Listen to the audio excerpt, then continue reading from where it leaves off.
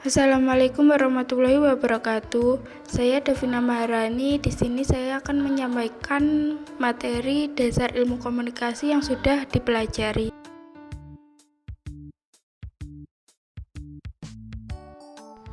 Materi pertama yaitu ada komponen komunikasi. Komponen komunikasi dibagi menjadi 6, yaitu 1.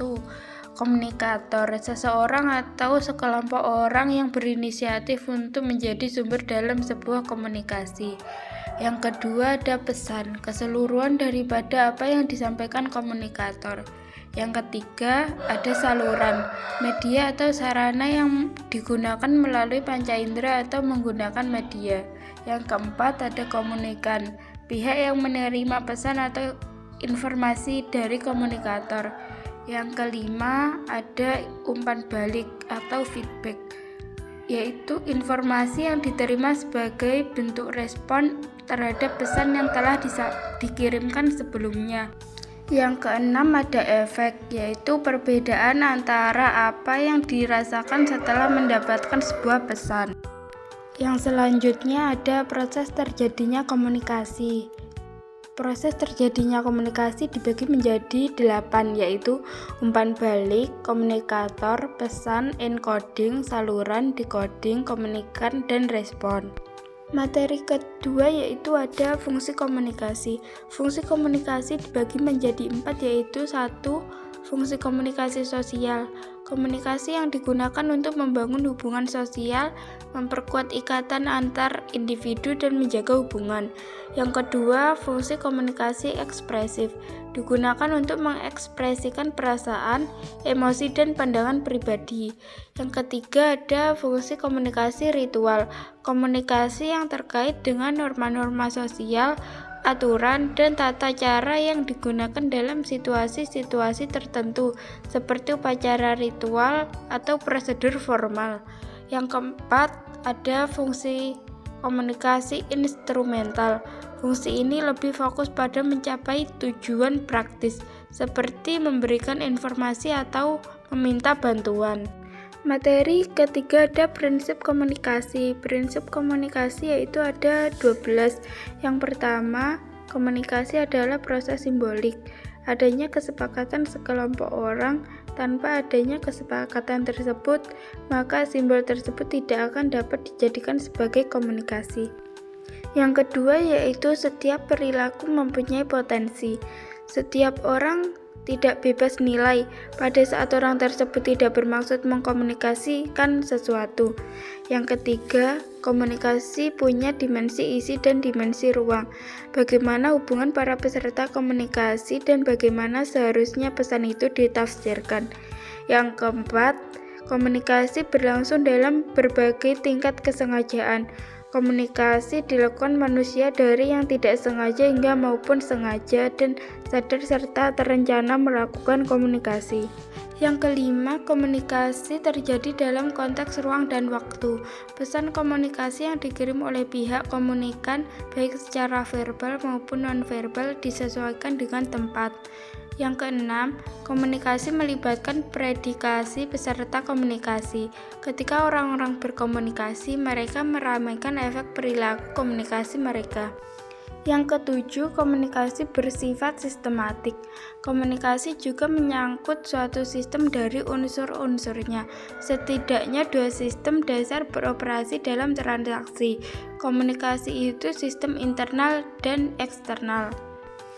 Yang kedelapan, semakin mirip latar belakang sosial budaya, semakin efektiflah komunikasi. Jika 2 orang melakukan komunikasi berasal dari suku yang sama, pendidikan yang sama, maka ada kecenderungan 2 pihak tersebut mempunyai bahan yang sama untuk berkomunikasi. Yang ke-9 yaitu komunikasi bersifat non-sekuensial. Proses komunikasi bersifat sirkular dalam arti tidak berlangsung satu arah. 10. Komunikasi bersifat prosesual, dinamis, dan transaksional. Konsekuensi dari prinsip bahwa komunikasi adalah sebuah proses adalah komunikasi itu dinamis dan transaksional. Yang ke-11, komunikasi bersifat irreversible. Setiap orang yang melakukan proses komunikasi tidak dapat mengontrol sedemikian rupa terhadap efek yang ditimbulkan oleh pesan yang dikirimkan. Yang terakhir yaitu komunikasi bukan panacea untuk menyelesaikan berbagai masalah, dalam arti bahwa komunikasi bukan satu-satunya obat mujarab yang dapat digunakan untuk menyelesaikan masalah. Yang keempat yaitu hambatan komunikasi. Hambatan komunikasi dibagi menjadi 4, yaitu hambatan dari proses komunikasi. Hambatan komunikasi tidak selalu datang dari pihak komunikator, karena hambatan yang dialami komunikan dalam penerimaan pesan juga mengakibatkan proses komunikasi menjadi tidak efektif. Yang kedua, hambatan fisik, disebabkan oleh kondisi fisik lingkungan atau komunikator dan komunikan.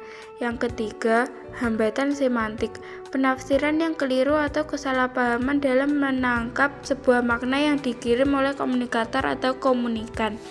Yang terakhir, hambatan psikologi, sikap mudah marah, mudah tersinggung, egois, dan permasalahan kejiwaan lainnya yang disebabkan oleh berbagai faktor.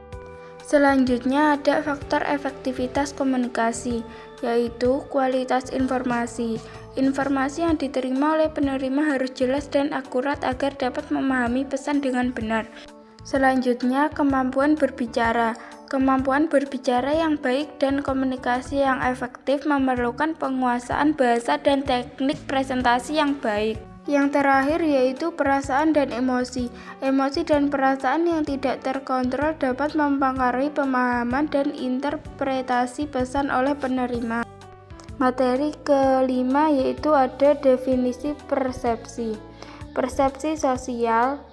Persepsi sosial merupakan suatu proses seseorang untuk mengetahui, menginterpretasikan, dan mengevaluasi orang lain yang dipersepsi, tentang sifat-sifatnya, kualitasnya, dan keadaan yang lain yang ada dalam diri orang yang dipersepsi, sehingga terbentuk gambaran mengenai orang yang dipersepsi. Faktor persepsi yaitu ada 3. 1. Penginderaan, melalui alat-alat indera kita seperti indera perasa, indera peraba, indera pencium, indera pengecap, dan indera pendengar. Yang kedua, atensi atau perhatian adalah pemrosesan secara sadar sejumlah kecil informasi dari sejumlah besar informasi yang tersedia. Yang terakhir yaitu interpretasi, yaitu proses komunikasi melalui lisan atau gerakan antara 2 atau lebih pembicara yang tak dapat menggunakan simbol-simbol yang sama. Yang terakhir yaitu kegagalan persepsi. Persepsi kita sering tidak cermat. Salah satu penyebabnya adalah asumsi atau pengharapan kita. Beberapa bentuk kekeliruan dan kegagalan persepsi adalah sebagai berikut. 1. Kesalahan atribusi. 2. Efek halo. Yang ketiga, prasangka. Yang terakhir, gegar budaya. Materi ke-6 yaitu ada komunikasi verbal. Definisi komunikasi verbal yaitu komunikasi yang menggunakan kata-kata baik secara lisan maupun tulisan. Yang kedua, fungsi bahasa. Fungsi bahasa dibagi menjadi 3 yaitu fungsi penamaan, fungsi interaksi, yang terakhir fungsi transmisi informasi. Yang ketiga ada bahasa dan makna. Bahasa adalah sistem simbol dan aturan yang digunakan untuk berkomunikasi. Komunikasi verbal adalah salah satu bentuk komunikasi yang melibatkan penggunaan kata-kata lisan untuk menyampaikan pesan. Makna dalam komunikasi verbal dapat bervariasi tergantung pada konteks pengucapan, intonasi, dan bahasa yang digunakan. Yang terakhir, ada perbedaan komunikasi high context dan komunikasi low context. Komunikasi konteks tinggi bisa diartikan sebagai gaya komunikasi yang bersifat ambigu, yang menuntut penerima pesan untuk menafsirkannya sendiri. Sedangkan komunikasi konteks rendah merupakan gaya komunikasi yang bersifat langsung, apa adanya, dan tidak berbelit-belit. Materi terakhir yaitu komunikasi nonverbal. Konsep komunikasi nonverbal yaitu komunikasi yang umumnya menggunakan bahasa tubuh. Yang kedua ada fungsi komunikasi nonverbal, dibagi menjadi 5 yaitu repetisi, mengulang kembali pesan yang disampaikan secara verbal. Kedua, substitusi, menggantikan lambang-lambang verbal. Yang ketiga, kontradiksi, menolak pesan verbal atau memberikan makna lain terhadap pesan verbal. Yang keempat, komplement, melengkapi dan memperkaya pesan maupun makna nonverbal. Yang terakhir, aksentuasi, menegaskan pesan verbal atau menggarisbawahinya. Selanjutnya ada bentuk komunikasi nonverbal, dibagi menjadi 7 yaitu. Yang pertama yaitu gestur, gerakan tangan atau tubuh. Gestur seperti menganggukkan atau mengguncangkan kepala atau mengangkat alis dapat mengungkapkan perasaan atau pesan tertentu. Yang kedua ada penampilan, cara seseorang berpakaian, gaya rambut, perhiasan, dan tampilan fisik lainnya dapat memberikan informasi tentang kepribadian, status sosial, atau tujuan. Yang ketiga, sentuhan. Sentuhan fisik seperti berjabat tangan, pelukan, atau menyentuh bau dapat menyampaikan perasaan kasih sayang, dukungan, atau ketidaknyamanan.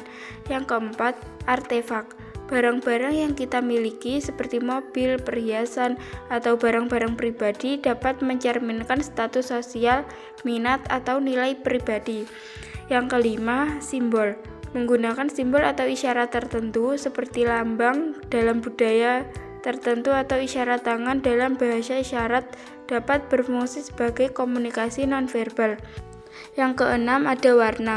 Warna yang digunakan dalam pakaian, dekorasi, atau desain grafis dapat memiliki makna atau menciptakan suasana. Yang keenam, warna. Warna yang digunakan dalam pakaian, dekorasi, atau desain grafis dapat memiliki makna atau menciptakan suasana tertentu. Yang terakhir, diam. Kadang-kadang ketiadaan kata-kata atau jeda dalam percakapan juga bisa menjadi bentuk komunikasi. Yang terakhir ada perbedaan komunikasi verbal dan nonverbal. Komunikasi secara verbal bisa dilakukan dalam bentuk lisan maupun tulisan, sementara komunikasi nonverbal pada umumnya menggunakan bahasa tubuh seperti gerakan tangan, raut wajah, geleng kepala, tanda, tindakan, dan lain sebagainya. Sekian presentasi dari saya. Jika ada kurang lebihnya, saya mohon maaf. Wassalamualaikum warahmatullahi wabarakatuh.